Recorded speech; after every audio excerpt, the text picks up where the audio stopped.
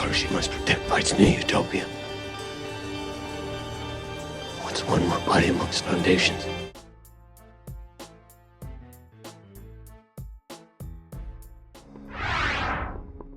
Number 20, Malik Ali, Superman. Superman is one of the strongest superheroes around, but even he needs the help of ordinary people every now and then. When he was injured by the metahuman the Hammer of Baravia, Malik Ali is who came to his rescue. Unfortunately, that made him a target for Lex Luthor. Are you all right, Superman? Ali, you gotta get out of here. It's not safe. You saved us so many times. Now it's our turn. After imprisoning Superman in a special pocket dimension, Lex rounded Malik up too. Not long after, Lex put a gun to Malik's head and pulled the trigger, executing the citizen in front of Superman. Who are you working with here on Earth? This was a sadistic display of cruelty from Lex and a jarring shift in the movie's tone. It's an optimistic film overall, but moments like this brought a haunting amount of darkness to the table.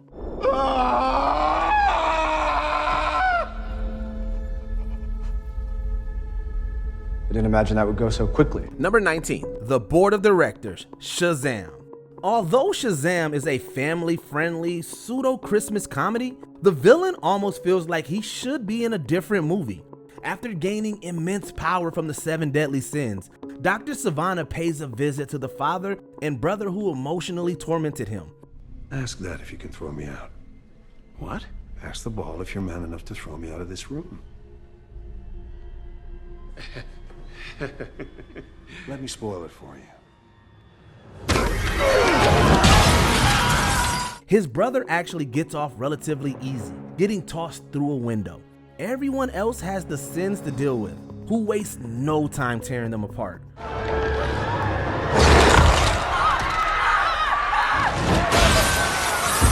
The PG-13 rating means this scene isn't as violent as it realistically could be, but there are still some genuinely alarming moments, like seeing the board members pressed up against the office windows, shrieking for help.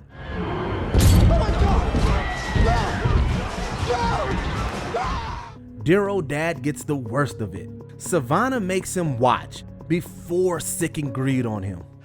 Oh, Reed. You can have him. No.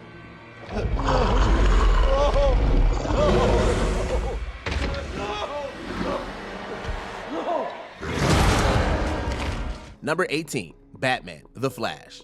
During the climactic battle against General Zod's forces, Batman knows that he has to do whatever it takes to even the odds.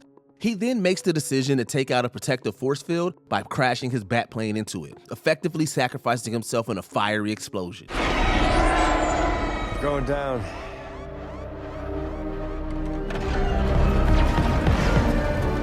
I'm not going alone. No, Bruce! Since Batman is the Dark Knight, the Dark Death feels appropriate. However, what makes this even more brutal is how utterly stupid this whole send-off was. Considering that Batman's final attack didn't actually break anything of importance, that means he basically took his own life for no reason. Eject! Bruce, just eject!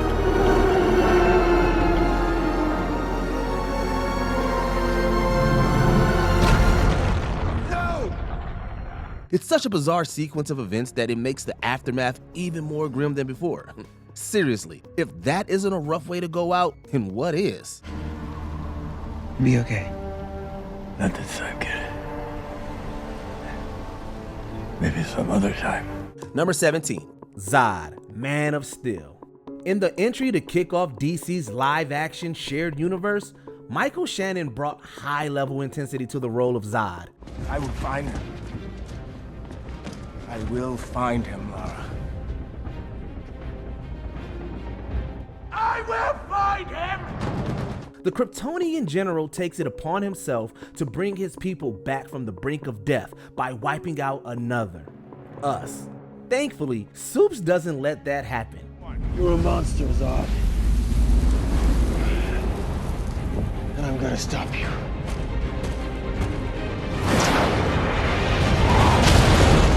In one of the most destructive superhero fights ever, the two rage through Metropolis. As Zod threatens to destroy an innocent family right in front of him, Superman does the only thing he can think of and snaps his enemy's neck with tremendous force.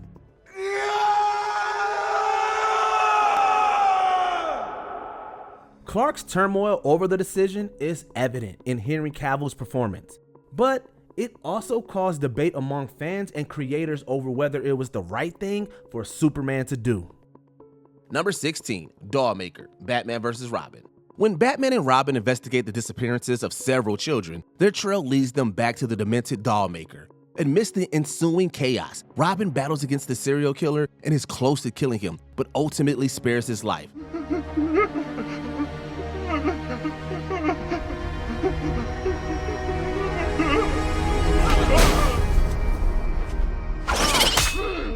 But not long after that, Dollmaker dies anyway when his heart gets ripped out. The murderer is revealed to be Talon, a deadly assassin from the Court of Owls. It shouldn't be too hard to see how getting your heart ripped from your body can be a horrific experience.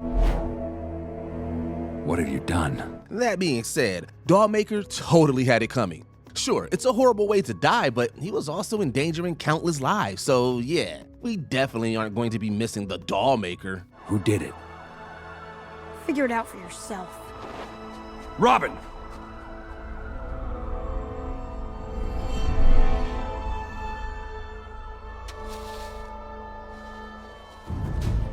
Number 15. Jesse Kane, Aquaman. If you're a pirate going up against a superhero, expect to meet a very swift end. I've waited a long time for this.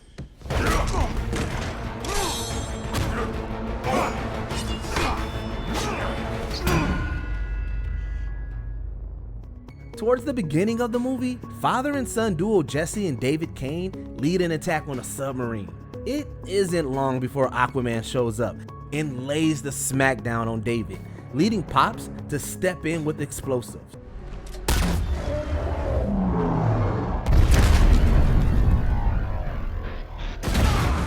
Despite one being effective against the hero, explosives on a submarine are obviously never a good call.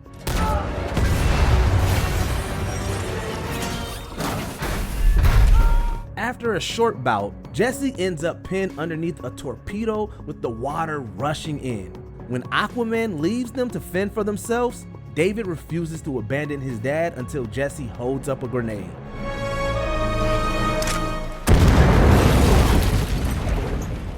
The off-screen explosion signals the birth of Black Manta. Number 14. Lois Lane, Zack Snyder's Justice League. There are some elements of certain DCU films that we might not see come to fruition due to the behind-the-scenes changes at Warner Brothers. One of those elements are the visions of an apocalyptic future with an evil Superman.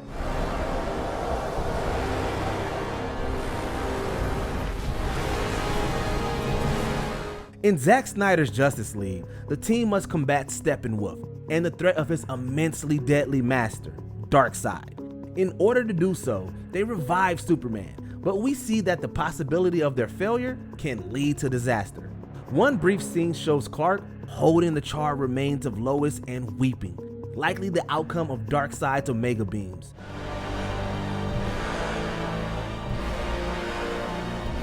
Although we don't see it, Joker does say she suffered. Poor Lois. How she suffered so. Number 13. Starro, the Suicide Squad. When James Gunn entered the DCU, we knew we'd be getting something special. Without the constraints of a PG-13 rating, that something special was soaked in as much blood as possible. I'm a superhero! I'm a super... During the climax, the squad faces off against Starro the Conqueror, and it's just as over the top as a fight against the giant starfish should be. Although Starro mind controls many humans, they pale in comparison to the number of rats on the island. This city isn't yours. This city isn't ours. This city is theirs. Oh, hell. Ratcatcher 2 commands her furry allies to swarm the giant alien, creating an opening for Harley to pierce Starro's eye with her javelin.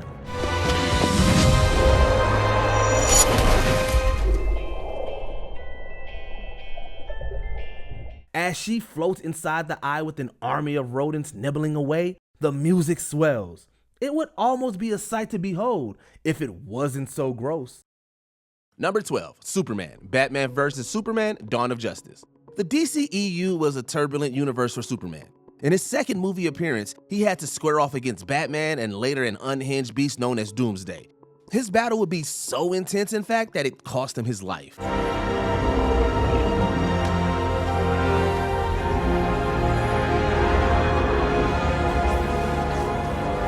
The death occurred when Superman stabbed him with a special kryptonite spear. It stopped Doomsday, but the creature was smart enough to then use one of his special spikes to stab him as well.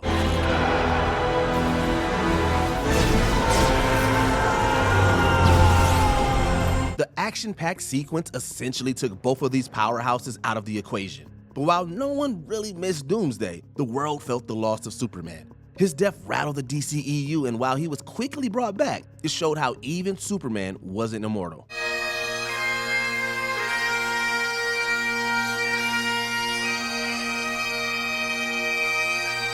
Number 11, Murray Franklin, Joker. The TV business is rough, but the late-night landscape has never turned this lethal. When Murray Franklin invited Arthur Fleck to his program, things went completely off the rails. When I was a little boy and told people I was going to be a comedian, everyone laughed at me. Well, no one's laughing now. You can say that again, pal. The talk show host antagonized Arthur prior to their meeting and continued to do so during the actual interview. Arthur deserves criticism, but Murray's words would cost the host dearly. His sharp jabs would get shut down as Arthur shot him point blank on air. How about another joke, Murray? No, I think we've had enough of your jokes. What do you get I don't think so. when you cross I think a we're mentally done ill with your loner jokes. with That's a it. society that abandons him and treats him like trash? Call the police, I'll Gene. tell you what you get. The look of horror on the other guests as Murray's blood splattered everywhere really showed just how disturbing this primetime event was. Arthur was appropriately punished for his actions, but this televised execution should serve as a reminder not to push the Joker's buttons. Good night. And always remember, that's... Number 10, The Cow, Peacemaker. Holy cow. It is.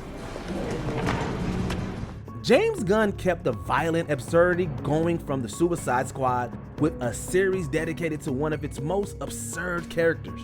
Peacemaker follows the anti-hero as he works with Waller's underlings to stop an alien invasion. They eventually learned the aliens called butterflies brought one of their cows with them, a gigantic bug-like monstrosity that produces their only source of food. Activate human torpedo.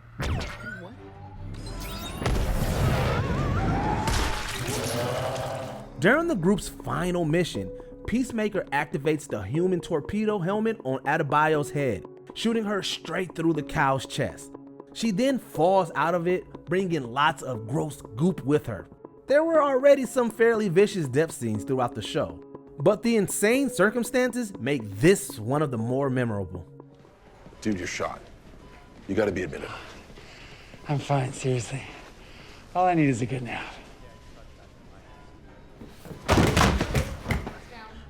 Number 9, Black Mask, Birds of Prey. That was super embarrassing.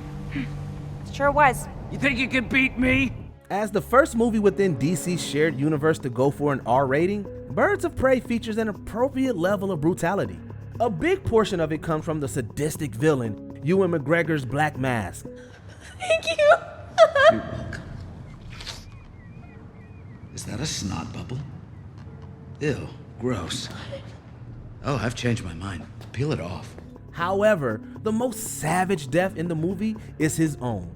After plenty of blood has already been shed, Harley Quinn catches up with Black Mask on a pier with a young Cassandra as his hostage. But the girl proves her proficiency at sleight of hand. She clips a grenade to Black Mask's waist and pulls the pin, while Harley rushes to toss him over the railing.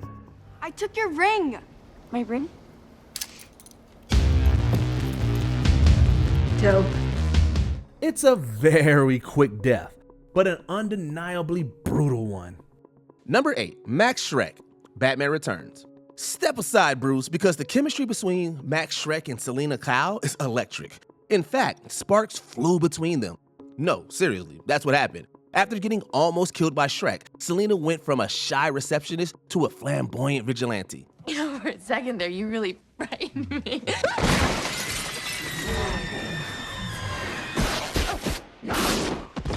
And as Catwoman, she got revenge on her former employer. By pressing a stun gun against him and grabbing a hold of an electric cable, she fried Max while also giving him a kiss of death. This was one elaborate way to go out, to say the least.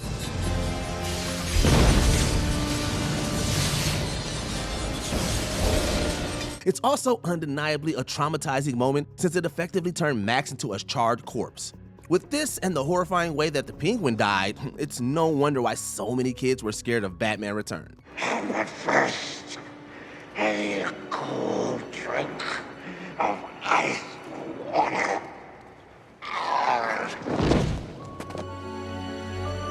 Number 7, Jason Todd, Batman Under the Red Hood. Few sidekicks have had it worse in the DC universe than Jason Todd. Not only was he captured by the Joker, but he was also beaten nearly to death with a crowbar. So, let's try and clear this up, okay, Pumpkin? What hurts more? A or B? Forehand or backhand? Then, to ramp things up, Joker rigged the warehouse he was in to explode. Torture and humiliation wasn't enough. A massive explosion also had to be engineered to screw Jason over.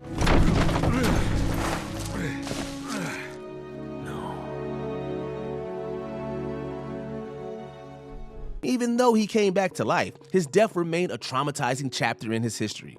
It makes perfect sense. Death is never easy to deal with, but a death like this is even more crazy than what audiences normally expect. Joker's murder of Jason Todd is the reason Jason became Red Hood, and also the reason Batman considers him his greatest failure. Sir, in light of all the recent events, would you like me to remove that? No. This doesn't change anything. Number 6, Joker, Injustice.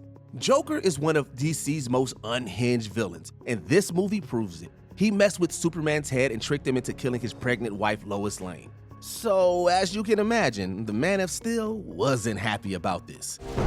You took his wife. You took his unborn child. And his city. Why? If you thought getting shot by Tim Drake in Return of the Joker was grim, you haven't seen anything yet.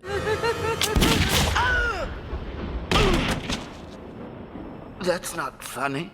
Once Superman found the Joker, he rammed his arm through the clown's chest.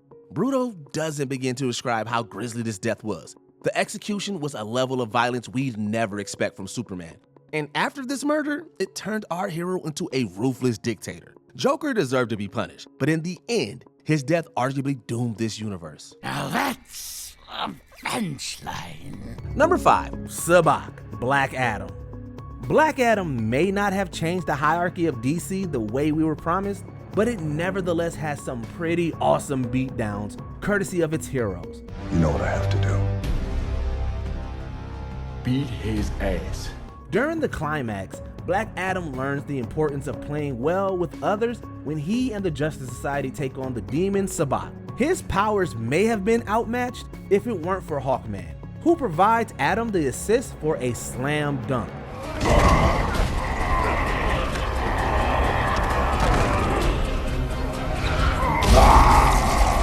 With a little wizardry, Hawkman holds the villain down while Adam sends electricity coursing through his body. He then rips him in half, the long way, with Sabbac's insides consisting of pure molten lava. Tell him the Man in Black sent you.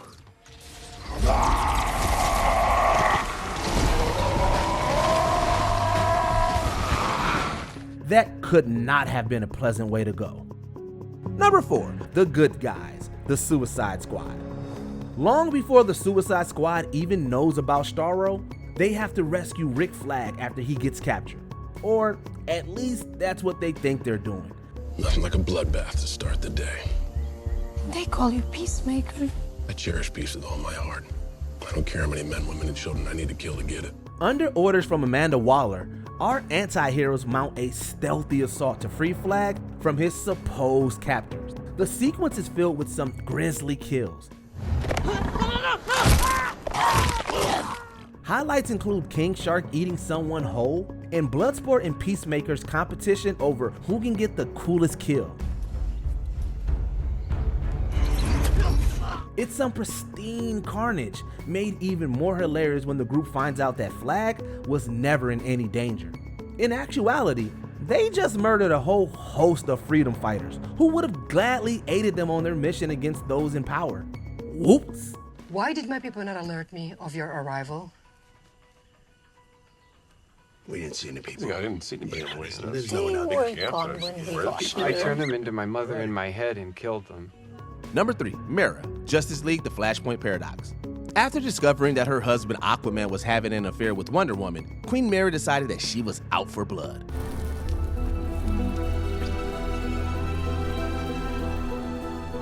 Unfortunately, she got too ahead of herself in her ambitions.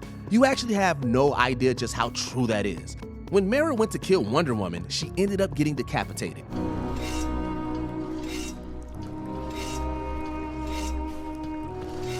Needless to say, things didn't go well for her as she died instantly. Mera was right to be upset by her husband's betrayal, but there's simply no world where she has any chance at killing Wonder Woman. Sorry, there's no ifs or buts about it. Maybe instead of picking up her sword, she should have picked up some divorce papers instead. Who knows, it could have saved her life.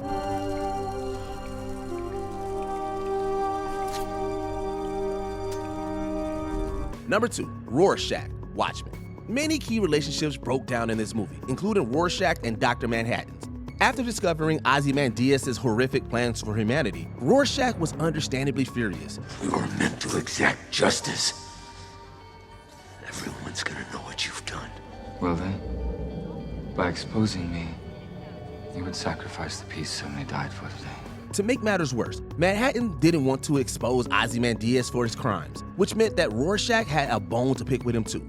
He called Manhattan out, even daring the walking nuclear bomb to destroy him. And well, that's exactly what he did by exploding Rorschach. Never compromise. Not even in the face of Armageddon. That's always been the difference between us, Daniel. It's pretty hard to forget the disturbing visuals of someone blowing up. Instead of accepting things, Rorschach chose to go out on his own terms in a chilling act of defiance. Getting wiped out by someone who's basically a god is a rough deal, but it's weirdly poetic for a character like this. What are you waiting for? Do it!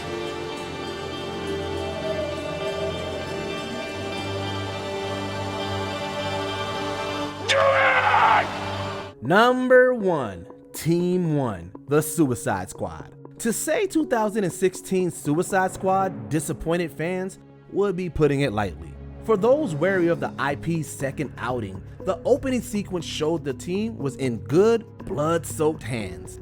Amanda Waller sends 2 teams into Corto Maltese. The first runs into trouble when the Pete Davidson's Blackguard betrays them. With one blast to the face, the mayhem begins. Hey, guys, whoa, we got a deal, right?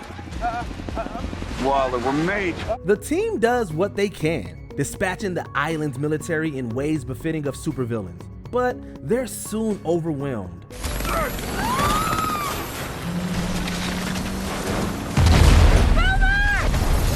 Captain Boomerang and Mongol go out in a fiery helicopter crash, while Savant gets his head blown up by Waller when he tries to flee.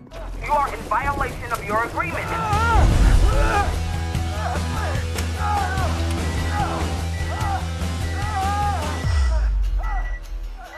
Damn it.